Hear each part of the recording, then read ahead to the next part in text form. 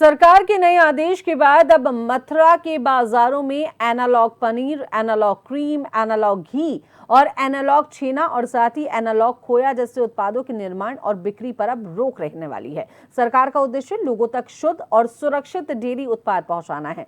हाल के दिनों में कई जगहों पर नकली डेयरी उत्पादों की शिकायतें सामने आई थी और शिकायतें सामने आने के बाद खाद्य सुरक्षा विभाग ने अलग अलग स्थानों से सैंपल जुटाए थे। अब जांच में दूध और उससे बनने वाले उत्पादों में रिफाइंड तेल, फैट और सोयाबीन या उसके उत्पादों की मिलावट के सामने मामले जो थे वो सामने आए। अब देखिए इस रिपोर्ट में क्या कुछ खास है।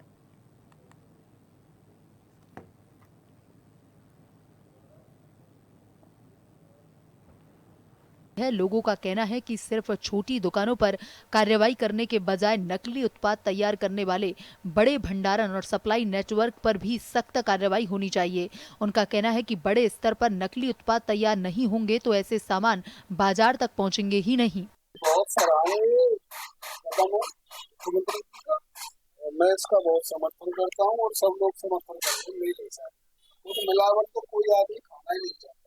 ये मजबूरी हो रही है। ये बड़े बड़े प्लांट चल रहे हैं, ये सब मिलावट कर रहे हैं और मार्केट में पहुंचा रहे हैं। मार्केट में दुकानदारों को मजबूर क्यों बेचना पड़ता है? दुकानदारों को कोई दोष नहीं है। दो तीन साल है कि मिलावट को बेच रहे हैं और ये भी जो पॉलिथिन चल रही है आए दिन चालान हो जाते हैं दुकानदारों। तो इसको पीछे से बंद करना चाहिए। वहीं खाद्य विभाग का कहना है कि मिलावटी और नकली खाद्य पदार्थों के खिलाफ लगातार अभियान चलाया जा रहा है। सैंपल लेकर जांच की जा रही है और नियमों का उल्लंघन पाए जाने पर संबंधित लोगों के खिलाफ कार्रवाई की जाएगी। तेल मिलाकर पनीर निर्माण किया जा रहा था।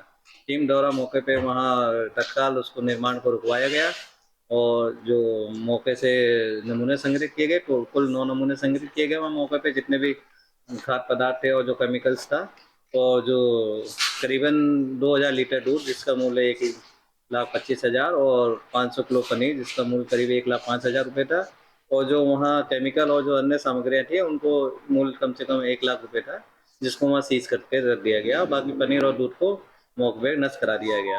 आजकल जो पनीर और देसी घी जो चल रहे हैं, ये पाम ऑयल, रासायनिक पदार्थ, केमिकल के द्वारा जो बनाए जा रहे हैं, ये शरीर के लिए सबसे पहले स्टार्टिंग में इससे उल्टी, दस्त वगैरह पाचन क्रिया इसकी डिस्टर्बेंस होती है।